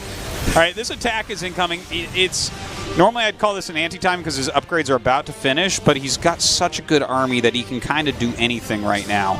Another big warp in from behind. I mean, I think the army supply really tells the story here. Yeah. It's over double there for Classic, and he is certainly in a great spot. Now pushing forward, he's going to take some harassment, but he might just kill Keen. There it is, GG, Classic. Brings it back, takes game number 2. Okay, so both series going to game 3 so far. Yeah. Very nice and tightly contested group at the moment. Definitely like Classic's play a bit better this game. Unfortunately, that Drilling Claws rush not really doing what Keen was trying to with it, right? Yeah, he's got one probe kill. It's like, okay, well, yeah, that's cool. But at the same time, he's kind of struggling to deal with DTs in his Mineral Alliance Classic. Very well executed. I don't think there's anything extremely impressive about that game for Classic, but very solid, very well played, and it's good enough to take him to our second Game 3 of the night. Right, Daybreak will be the map. Definitely anyone's game here. Who do you think, actually, based on the 2 games you just watched, do you have someone that you're thinking is going to take this? He really surprised me with game number 1. Decision-making seemed a little bit slow there for Classic, so let's find out. Game number 3 coming up. Beat me, hate me, you can never break me. Will me, feel me, you can never kill me. Chew me, sue me, everybody do me. Kick me, kite me, don't jump like a white. In the bottom left. I got Beat me to it. And we get a 5-over. I do kind of agree with you. Like, I really liked his play in Game 1 in a lot of ways. So if he were to take it, I wouldn't be super surprised. But Classic is fun. Well, this guy here finding himself. 6 spoiler. Yeah. Spoiler alert. That same guy is playing in this game, was playing in our last 2 in the series. Isn't that crazy? Oh my god, somebody's angry about that. Oh, for sure. People get angry about everything. I've watched this movie 8 times, but I didn't know that it ended that way. So, here we are. Indeed. Okay, so for your ideal situation in the group, who do you want to win here? I think Keen is a little bit of an underdog, but say I'm one of those 6 Scarlett fans out there. I've got I know it's been cured, but Scarlett fever, and I just really want her to advance. Well, her games versus Terran have seemed a little bit off, especially in her offline performances. Still maybe a little bit of PTSD from that Alive series, which is really frustrating to watch. Last time she played in GSL. So, maybe, if you can take a game off of stats and even look super good, maybe I want Classic to advance. And I know that, at least comparatively, Scarlett has beaten Keen in, like I said, a show match or invitational a couple of weeks ago. So she definitely knows how to play that play style. And I think Keen may be a little bit of a weaker player overall. And I think it's kind of not statistically wise to vote against Classic, given how far ahead he is in this matchup. So I think actually Classic will win. I think that might actually be the best option for Scarlett to play against. Okay, so if Classic wins here, who do you want Scarlett to play against in the match, the final match, if she beats Keen? Probably Classic. Okay. I don't think you want to play against Stats again. I mean, she did fare very well. Yeah. I just think Stats, maybe is hitting his stride right now. We'll find out in the next game. But that is the scary thing, right? Because I think we all agree that Stats is better than Classic. Right. I don't think by a huge amount, but he is better. The one thing I'm a little bit worried about is that Classic is the closest Protoss that we have right now really to SOS style. He's pretty aggressive. He does a lot of Sentry Adept stuff and cheesy stuff against Zerg. So I wonder if the more macro-ish player Stats, she would have a better chance. Because this is just kind of a weird theory I'm going with right now. In that one macro game that they did play, Scarlett just knew exactly what to do. Perfect pressure, kept it on, and really, really well played. So I think if you play against a slower style, maybe that benefits you. But, game number 1, she just died. Game number 3, had great defense, but couldn't keep it up over a long period of time. So I don't know, Artos. It's an interesting thought. Back to the matter at hand. There's a PvT going on. It's we've either written off Keen or Classic. We don't know which one. Yeah. I was pretty impressed with Keen, but I still think it's an uphill battle right as that Reaper jumps up the hill, illustrating my point. Indeed, he does. Gonna get in here and see exactly what he expects. An Oracle and a Phoenix on the way. I expect you to die, Reaper. Yeah. He does get taken out there. Reaper's lives are very short-lived when they have to check if there's an Oracle coming. But at least he checks it. Very, very fast third base coming up. But of course, what we see from Keen here is very bio-heavy early on. Nice Oracle control. Getting several SCVs getting out alive. Don't want to commit to turrets, obviously, quite this early. I see a lot of Terran players when I'm just watching ladder or stream, especially if you're going up against players that you know might just go for a crazy amount of early oracles. So you just get insanely early turrets. I'm like, well, that's actually not very economically sound decision making there, but whatever you got to do. And I mean, this Oracle, all you can do is watch. I didn't mean to misgender the Oracle. All the Oracle can do is watch as the I believe Marines Oracles go have by. female pilots, don't they? Do they? I believe that I don't they do. even know what the Oracle portrait looks like. I don't play Protoss a lot. I play Protoss. I don't remember 100% what it looks like either, actually. I don't really look at the portraits very much. If I You don't did, I have would them turned on win even less moving so that you games. could see a 3D portrait while you're microing? I actually do have that on, but I don't look at it. All right, first overcharge is going to be used there. Lots of Marines here. There is Stim. It's going to finish, move forward, try to take out a few of these Adepts. Adepts pretty good against smaller amounts of Marines, and double overcharge will defend that Nexus. Oh my, 2 Oracles coming in right now. Very swift micro, pulling those Oracles back as well. Wow, great control and not enough Marines. They're going to get shaded on, and every Marine's going to die here for Keen. Yeah, this was... Oh. It's one of those Mara runners you were talking about before. I'm out of here. But look at that. Ooh, brutal. Classic taking a very strong advantage so I mean, far. when you lose that many Marines, those are just naked Marines for the most part. I mean, they do have those armor suits, but upgrade-wise, they had Stim, and then they just kind of walked in and died against a lot of things that kill Marines really well. Well said. Well said. Okay, so let's take a look at the breakdown of what this game is right now. Classic killed 6 SCVs and a bunch of Marines, losing almost nothing. He's getting glaives right now. He has a lot of gates and 3 bases. Keen is actually going up to 5 racks on 1 base, so that means super, super heavy bio. He's got 2 bases.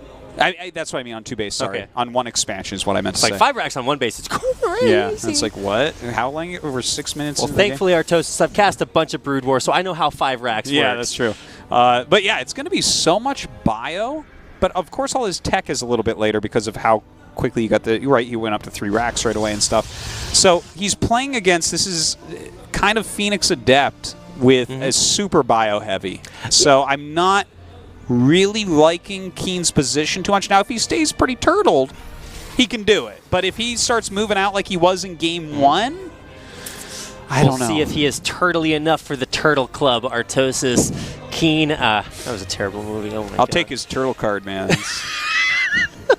He doesn't turtle enough. So, I mean, he's going this bio-heavy style, but he just lost a huge chunk of early bio. I mean, especially as those upgrades keep finishing for Marines, they just get so much more valuable. And if you just lose a big chunk of them early, and that really fetters your follow-up. Ooh, nice Super pylon. scared of the pylon. Yeah. Oh, no! Overcharge out of nowhere. Whoa! The mothership core is just sitting right behind him for no reason. The reason was to catch that. Exactly, medevac. man. What a psychic classic on point. 1-1 just now starting for Classic, whereas it's finishing up for Keen, that +1 armor to add to his already +1 attack. And he's not overcommitting anywhere. I like this. He's just kind of massing up, getting a lot of Widow Mines, quite a few Marauders. I love the fact that he has 3 Tech Labs on 5 racks. Really good stuff. Yeah, turns out Adepts do not kill Marauders very quickly. No. I mean, vice versa as well, but just about staying alive. All right, here comes the big push in there. Need to burrow that Widow Mine. Nice force fields, but not going to pick off too many. Let's see if he completes this shade. Looks like he's going for it. Yeah, and of course he will. I mean, this is the same supply of bio against, Phoenix Adept. And, I mean, I'm sorry I keep talking everyone's ear off about that, but this is where Phoenix Adept really shows its strength. And Keen is being punished brutally right now. Whoa, last-second decision-making instead taking a right, heading into the main. Lots of Adepts there to defend it. It looks like Keen's army is about to get cleaned up. Yeah, it's going down 100%, all the medevacs as well. He's sitting on 2 bases with less army supply. So that is not a good place to be whatsoever. Look at how few units have been lost over here. That is insane. That is insane no matter what. Even if you make the worst decisions, that's crazy. It was like only 5 Adepts died. Whoa. Those are pretty good units. Oh, man. All right, so Keen is looking a little bit rough right here. He knows how to build bio units, and that's about all he's done. Liberators, I think I just saw Liberators start to come out. Yeah, I think so. But like right now, already Colossus is on the way for Classic. Yeah. So, and again, Keen did win that first game, being aggressive against Phoenix Adept, and I mean, I think he played really well, but to engage with like 75 army supply against 75, you can't be doing this against the Adepts. This is what they want. This is what Protoss wants. He played exactly how Classic would choose for him to play. So many Adepts. Looks like that Widowmine will be neutralized pretty effectively. And yeah, like you said, early Colossus already out and on the way. Widowmine might see exactly where they are, but there's not a lot that Keen can do. Yeah, the supply of Keen getting up pretty high right now. He's super all in, though, of course, with only the 2 command centers. Eventually, if this game goes on longer, he'll have to actually pick up and move the main one out to another location. Yeah, and Classic's going to see all that with that Adept getting in. Good scan will at least give Keen positional awareness. I think he might be thinking about trying to go all the way into the main to snipe some stuff, but not everything could fit in those 2 meta packs. No, it can't. If he can kill off this 4th base, this is a nice little start to getting something done, and it looks like that will go down. Okay. All right. A little bit of value there. But I think at some point, Classic just kind of decides to kill him. Yeah, I think you're basically right. Like, get 2-2, blink, get your 3rd Colossus out, and, I mean, this army is just nutso. There's not even really that many medevacs out because he lost so many with the initial push, and he's forced into making Vikings at this point. He's trying to tech up and get his own 2-2, but, like, Classic has a huge window where he can kill Keen. Yeah, I mean, Keen is just really looking a little bit too far forward to the future. He's getting triple upgrades, a Ghost Academy as well, for Ghosts that will be insanely expensive on this economy. He is going to get a 3rd base up, or at least attempt to, but right on time, Classic's there with a Warp In. Yeah, not going to get anything done with that Warp In, unfortunately. Keen going to clean it up rather quickly. And he does get his 3rd base mining, which is nice. That 2-2 should be finishing pretty soon as well. But Classic's army is really, really fearsome. Indeed, it is. Actually kind of interesting to see that the army supplies are pretty close, but I think it's about the quality of the supply. Yeah, the quality of the supply is definitely... the soup does not always tell the truth, guys. Sometimes it's a little dishonest. Yeah. You got to look at the upgrades and the quality and, all that stuff. Okay, a big shade in right now, right on top of some of these mines and the Liberators. The Colossus dealing huge amounts of damage. SCV's being pulled as that command center is lifted for a bigger arc, but there's a huge arc here of Adepts as well. And it looks like all that sustained damage is going to do it. Classic will take the Game 3 win and advance 2-1 to the winner's match. All right. It was really a good hold early on by Classic, but that one move out of Keen around 75 army supply was absolutely his downfall. From there, Classic just played a flawless game and took a victory because there was not a way that Keen was going to be able to stop that after that blunder. Yeah, there are definitely players who get given victories sometimes. Classic reached out and took it. And to be fair, Keen did lose quite a bit of bio early on with that style. I feel like if he had kept it alive, maybe things work out differently. Let's go ahead and take a quick break. We'll be back with Stats versus Classic. Yeah.